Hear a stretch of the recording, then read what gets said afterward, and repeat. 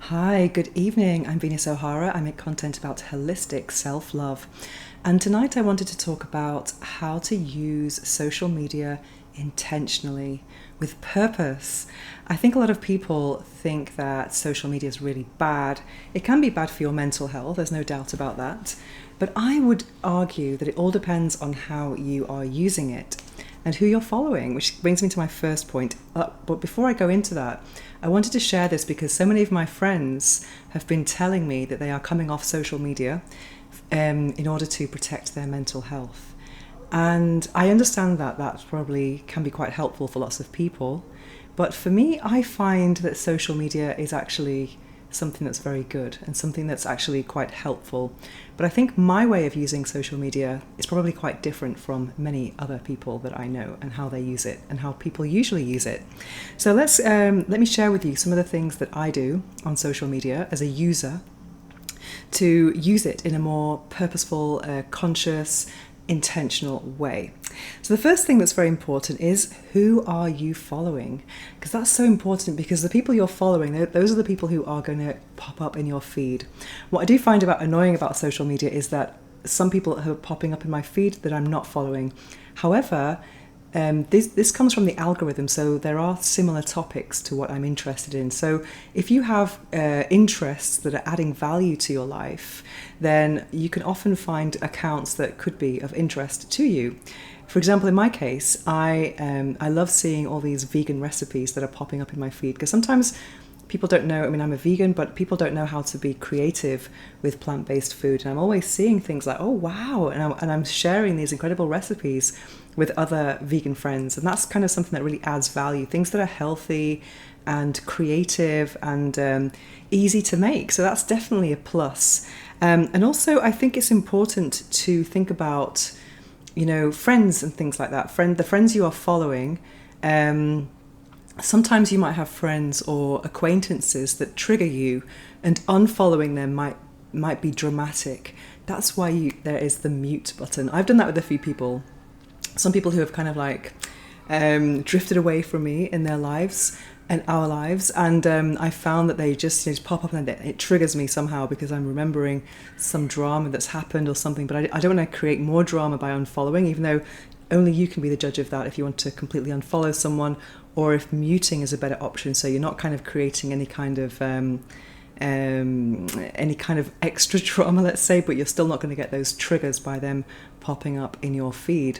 It's very important to think about, a lot of what we see on social media from our friends and even from influencers is quite fake. And I remember I have a friend, or maybe a former friend now, but someone who travels so much, and all of these pictures in exotic locations, really perfect backdrop, and her and her boyfriend all smiley. And if you looked at that, you'd be like, wow, she's got the perfect life. But I knew in the background that they were going through a separation and it was far from perfect. It was just that moment of the picture. So you never know what else is going on in someone's life when you see them online. So yeah, I think it's very, it's limited what you see on social media. And also you've got to think about, people are retouching their images and putting filters. A lot of people that I know, even friends of mine, when we take selfies, I'm not allowed to post them because they have to go through their own filtering and retouching process. And I just think, for me, it's all about #NoFilter. I think it's really important to show, well, that's my mission personally, to show myself in a very natural way, but I know not everyone is comfortable with that.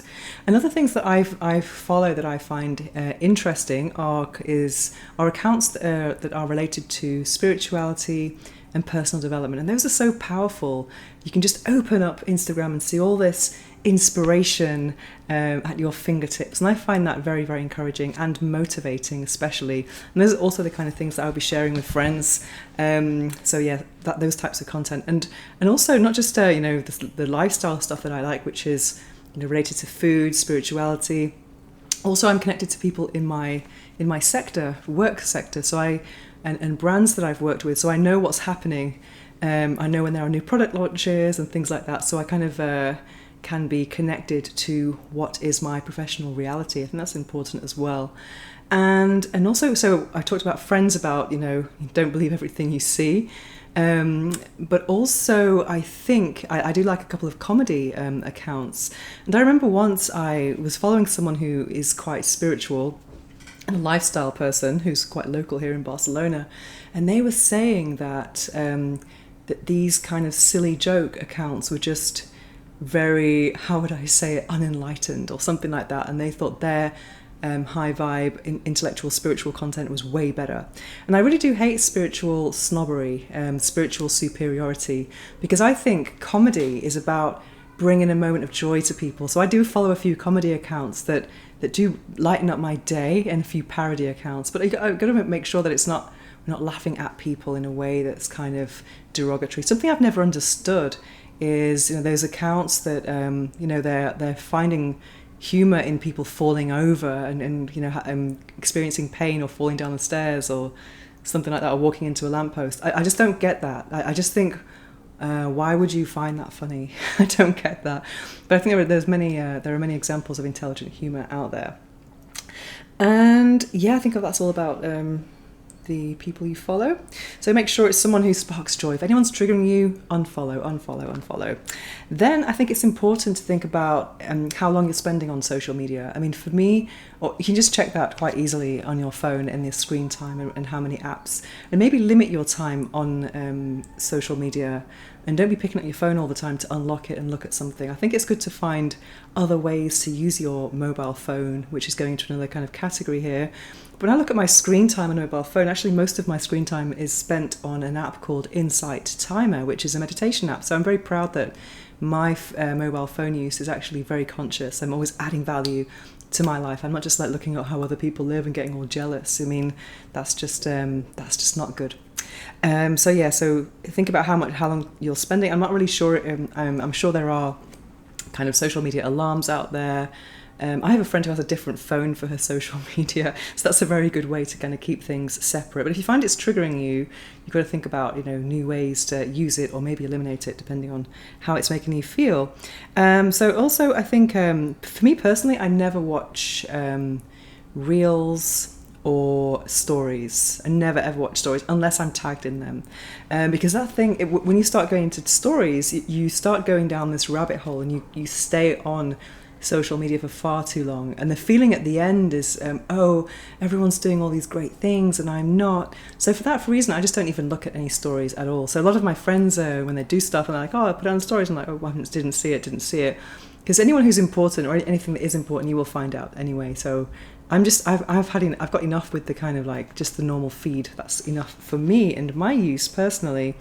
So that is those are my tips about social media. But I think it's very important to remember that not to believe everything that you see on social media, because a lot of people are trying to portray an image that's not quite true. It's what they want to project. It's not necessarily who they are or what they are.